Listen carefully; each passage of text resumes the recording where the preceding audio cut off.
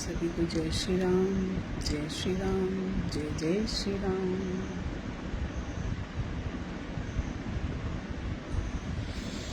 चलिए शुरू करते हैं।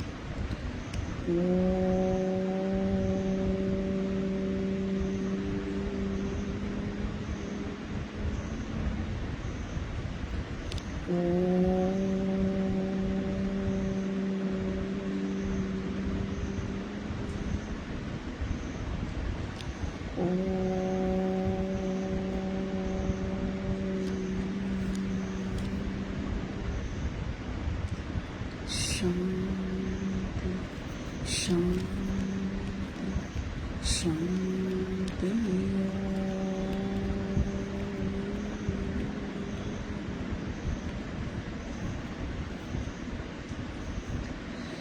धन्यवाद प्रभु, धन्यवाद प्रभु, धन्यवाद प्रभु, धन्यवाद प्रभु, धन्यवाद प्रभु, धन्यवाद प्रभु, धन्यवाद प्रभु, धन्यवाद प्रभु, धन्यवाद प्रभु, धन्यवाद प्रभु, धन्यवाद प्रभु, धन्यवाद धन्यवाद धन्यवाद। शुक्रिया शुक्रिया शुक्रिया। Thank you thank you thank you so much. Shri Ram. प्रयास करने वालों की हार नहीं होती। कभी कभी होता है कि रिजल्ट्स हमें देर से मिलते हैं, क्योंकि पिछला कुछ प्रारब्ध ऐसा होता है ना कि जो हमें बहुत सारी चीज़ों से जोड़ के रखता है, और जब तक वो क्लियर नहीं होंगी रास्ता खुलेगा नहीं। और दुख का एक बहुत बड़ा रीज़न होता है कि हम उसे अपना मानते हैं, किसी को भी अपना मानते हैं तभी तो प्रॉब्लम होती है, अपना नहीं मानेंगे तो प्रॉब्लम होगी नहीं, है ना। एक आदमी था, उसने अपनी लाइफ से बहुत संघर्ष करके बहुत पैसा कमाया और वो फॉरेन कंट्री चला गया बिजनेस के लिए। और जिस दिन वो लौट कर आया ना, तो जैसे ही उसने यहाँ पे अपने कदम रखा शहर में लोकल, और अपने घर पहुंचा तो देखा कि उसके घर में आग लगी पड़ी है, पूरा घर जल गया, पूरा का पूरा घर, इतनी भयंकर आग की बुझाना मुश्किल। और वो एकदम देख के जैसे शॉक्ड हो गया कि ये क्या हो गया, कैसे, मेरा सारा कमाई का धन वहाँ अंदर रखा था। उसके दिमाग में 1 सेकंड के अंदर ना बहुत सारी पिक्चर्स चल गई, बहुत पिक्चर्स चल गई कि ऐसे कैसे चला गया, अब क्या होगा, ये वो इतने थॉट्स चलने लगे कि उसे कंट्रोल करना मुश्किल, और वो ऐसे चक्कर खा के गिरने लगा। तो उसके 2 बेटे थे, उसमें से उसका बड़ा बेटा आया और उसने अपने पापा के कान में कहा कि पापा आप परेशान मत होइए, इस मकान की डील हो चुकी थी, आपके पीछे मैंने इसका सौदा कर लिया था, इसलिए आप निश्चिंत रहिए। वो विदिन सेकंड नॉर्मल हो गया बंदा। रीज़न, क्योंकि उसे पता चल गया कि ये तो मेरा है ही, किसी का भी उसका जला है, मेरा थोड़ी जला है। लोग देख रहे थे कि अभी तो ये इतना रो रहा था, अभी ये कैसे ठीक हो गया। आधा घंटा ही अभी बीता था और वो बहुत बिल्कुल जैसे बाकी लोग देख रहे थे उसी सिचुएशन में आ गया, दृष्टा बन गया। अब आधे घंटे बाद उसका छोटा लड़का आया, उसने देखा कि पापा इतने नॉर्मल खड़े हैं, पापा को कोई फर्क ही नहीं पड़ रहा, क्या बात है। उसने कहा पापा आप ऐसे कैसे, आपका घर जल रहा है। उसने कहा कोई बात नहीं, परेशान मत हो, तेरे बड़े भाई ने उसकी डील कर ली थी। तो उसने कहा डील कर ली थी लेकिन पेपर साइन नहीं हुए थे, पैसा नहीं आया हाथ में अभी। विदिन सेकंड उसकी खुशी जो है छूमंतर हो गई, वो फिर रोने लगा। अब लोग उसे देख देख के हैरान हो रहे थे कि पहले ये रो रहा था, फिर ये नॉर्मल हो गया, फिर अब रो रहा है, कारण क्या है। पहले बड़े बेटे ने कुछ कहा तो ये नॉर्मल हो गया, अब छोटा बेटा आया, उसने कुछ कान में इसके बोला तो ये रोने लगा। रीज़न क्या है इसका? रीज़न सिर्फ यही है कि आपका अपना समझना किसी भी चीज़ को। हमारे पड़ोस में किसी के साथ कुछ होता है तो हमें उतना फ़र्क नहीं पड़ता जितना हमारे अपने घर में होता है तो होता है। तो हम भी तो यहाँ पे किराएदार ही हैं ना सारे के सारे, जाना तो एक दिन सबको है, फिर मोह किस चीज़ का कर रहे हैं। यहाँ रीज़न उस आदमी का नहीं है, हम सबका है।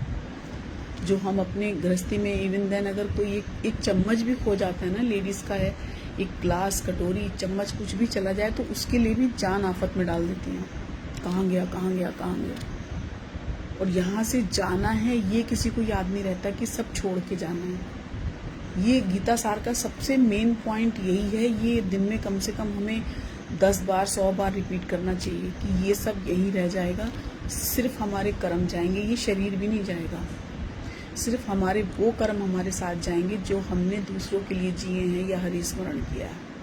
अपने लिए भी नहीं जाएंगे, अगर हम अपने लिए जी रहे हैं तो हरि स्मरण जाएगा और दूसरों का साथ किया हुआ कर्म जाएगा और कुछ भी नहीं जाएगा। तो इसलिए जितना जल्दी हो सके अपने हाथ, पता है ये हमें बार बार रिपीटेशन करना पड़ेगा, तब ये हमारे अंदर भी बैठेगा। मैं भी अगर बोल रही हूँ ना तो कहीं ना कहीं कुछ ना कुछ होगा। भाई ठीक है 100% नहीं होगा तो 20% तो होगा, हम भी तो इंसान हैं। लेकिन अगर हम बार बार इस चीज़ को जिएंगे ना तो ये चीज़ें हमारी भी धीरे धीरे इरेज हो जाएंगी, मिट जाएंगी कि नहीं हमारा नहीं है, हमारा नहीं है, हम क्या लेके आए थे, सब यहीं पे रह जाएगा। इन हाथों से कुछ देने की आदत डालो, जो भी है जितना हो सके देने की आदत डालो।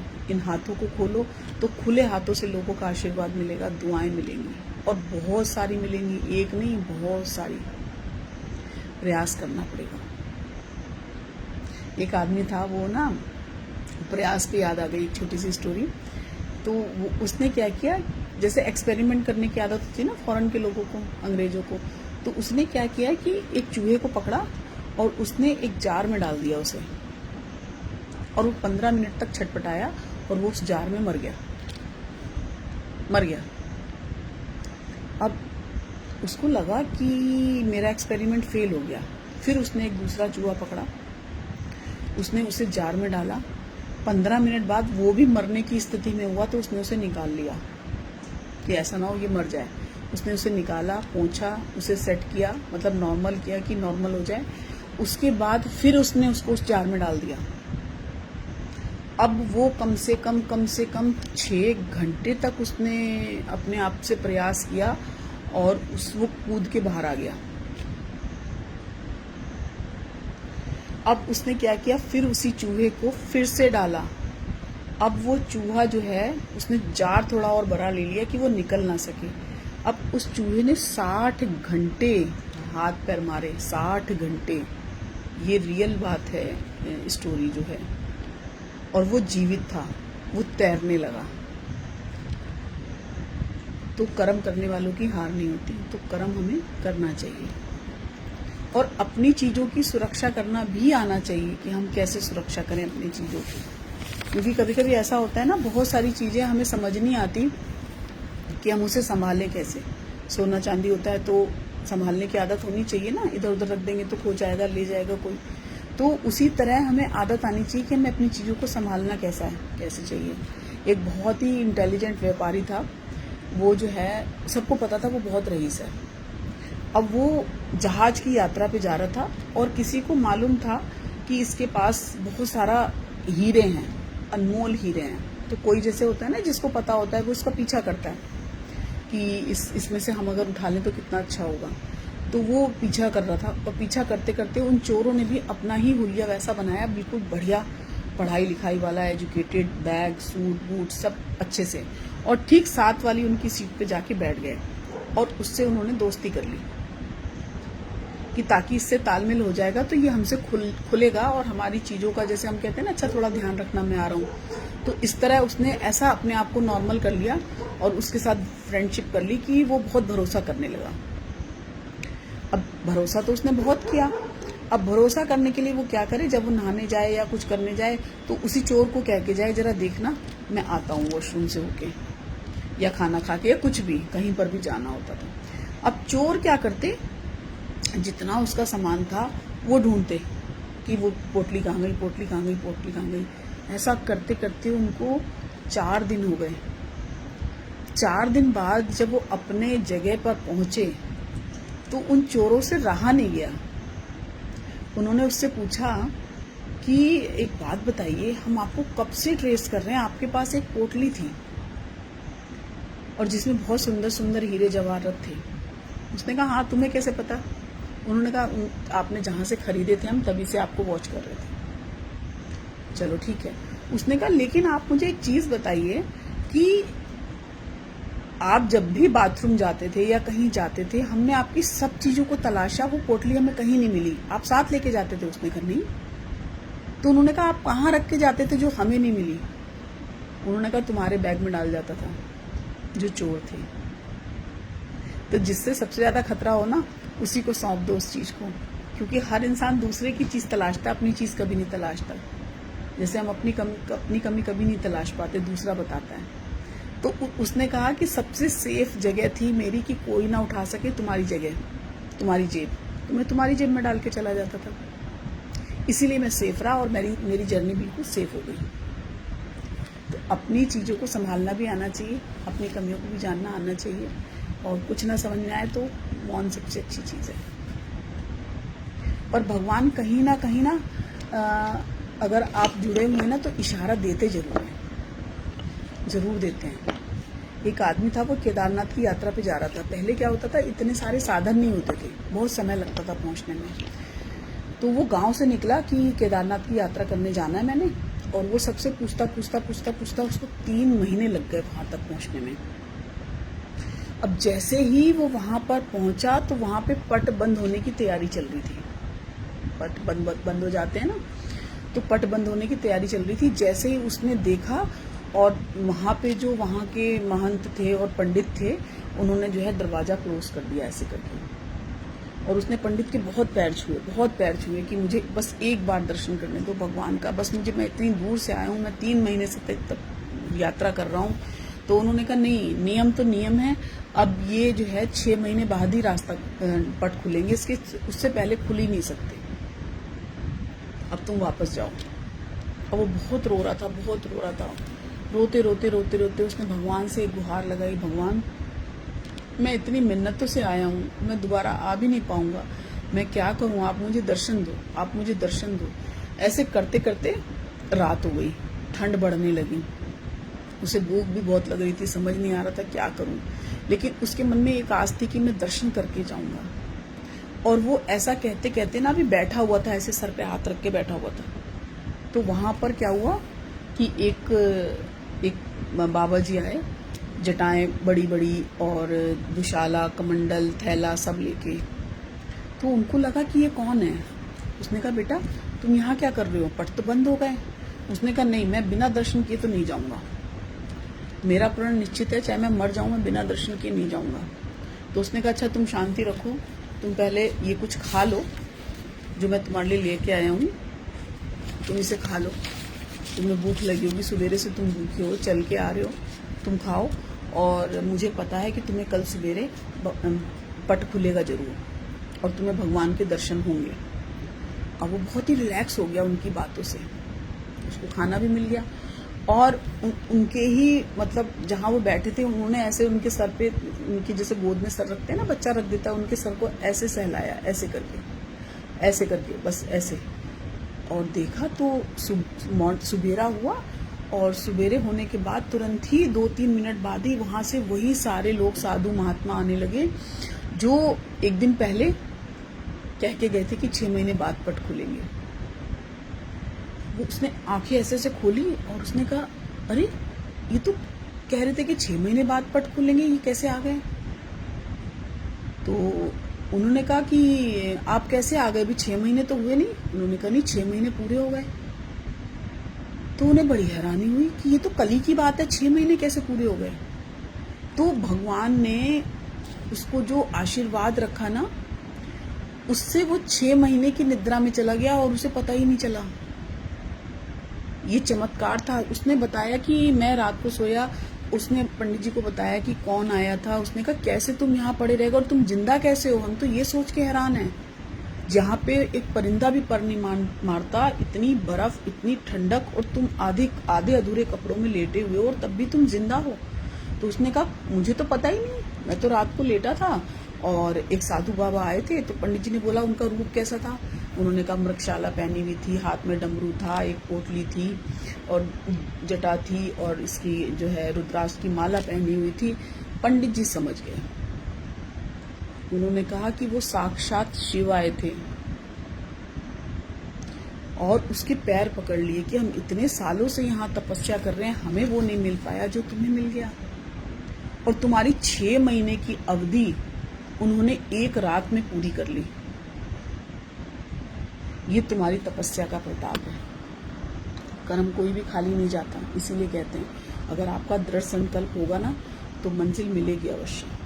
हम लोग कहीं ना कहीं त्रुटि कर देते हैं, लेकिन हम क्या कर देते हैं, भगवान ही है कराने वाले सब कुछ।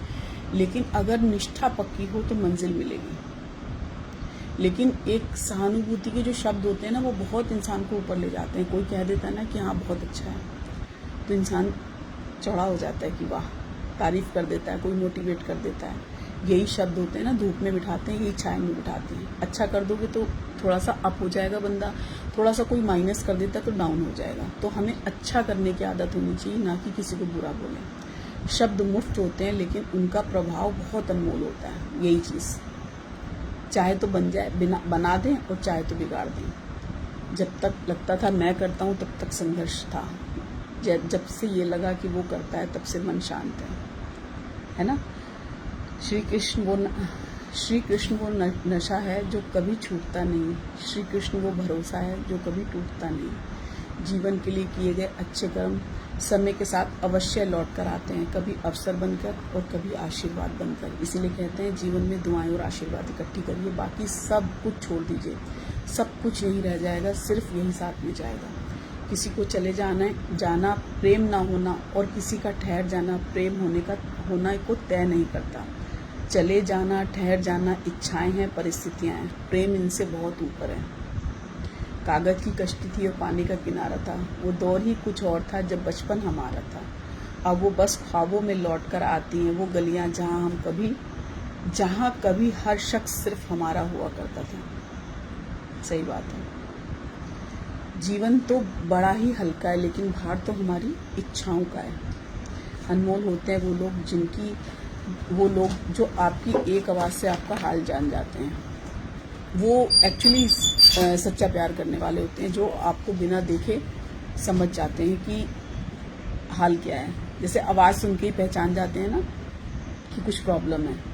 किरदार में सादगी, व्यवहार में नमी और अच्छे कर्म कीजिए, क्योंकि ऊपर वाला सीन करता है और रिप्लाई भी देता है। जैसे हम देखते हैं ना कि किसी ने हमारा मैसेज सीन किया है कि नहीं किया, तो वो सीन भी करता है और रिप्लाई भी देता है। समझ आपकी है कि आप कितना समझ पाते हैं। जिन्हें कल का इंतजार नहीं, वो अपना आज खुलकर जीते हैं। इसलिए जो भी है आज है, अभी जी लीजिए, तुरंत जी लीजिए। सोच का अंधेरा रात के अंधेरे से ज़्यादा खतरनाक होता है। बुराई भी हमारी ही करनी है और ज़रूरत पड़ने पर उम्मीद भी हमसे ही रखनी है। ये सारे के सारे लोग कितने अजीब होते हैं ना, लेकिन उसमें एक ईश्वर ऐसा है जो बहुत बहुत बहुत प्यारा है, जो हमारे को रियल हमारा फ्रेंड है। श्रेय मिले या ना मिले, अपना श्रेष्ठ देना कभी भूलना नहीं चाहिए। शरीर आराम की तलाश में है, हालात पैसों की तलाश में है, दिल अपनों की तलाश में है और मन शांति की तलाश में है। तो जो है अभी है, यही है। इस पल को जीने की आदत डालिए, थोड़ा सा सुधर जाइए, थोड़ा सा सुधार दीजिए, थोड़ा सा लोगों की हेल्प कर दीजिए, क्योंकि रास्ते सारे यहीं से निकलते हैं। आपको क्या करना है, कैसे करना है, ये आप जानिए, लेकिन रास्ते निकलेंगे यहीं से। और जिसको सही रास्ता और सही राहगीर मिल जाए ना, तो उसको मंजिल भी अवश्य मिलेगी। थोड़ा सा पेशेंस रखना पड़ता है। और मन की, हम लोग इंसान है ना, मन की स्थितियां कभी कभी बहुत वर्स्ट हो जाती हैं, पर अगर ईश्वर का नाम लेंगे ना, तो मैं बार बार कहती हूँ, वो कुछ क्षणिक रहेंगी, परमानेंट नहीं रहेगी। और जो परमानेंट रहेगी ना, वो वास्तविक खुशी है, भगवान का नाम, और अंदर की आपकी आनंद और शांति वो बनी रहेगी। आपको अंदर से वो मोटिवेट करती रहेगी।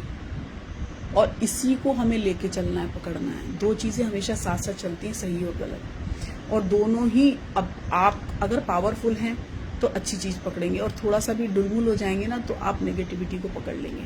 तो थोड़ा सा अपने को मजबूत बनाइए।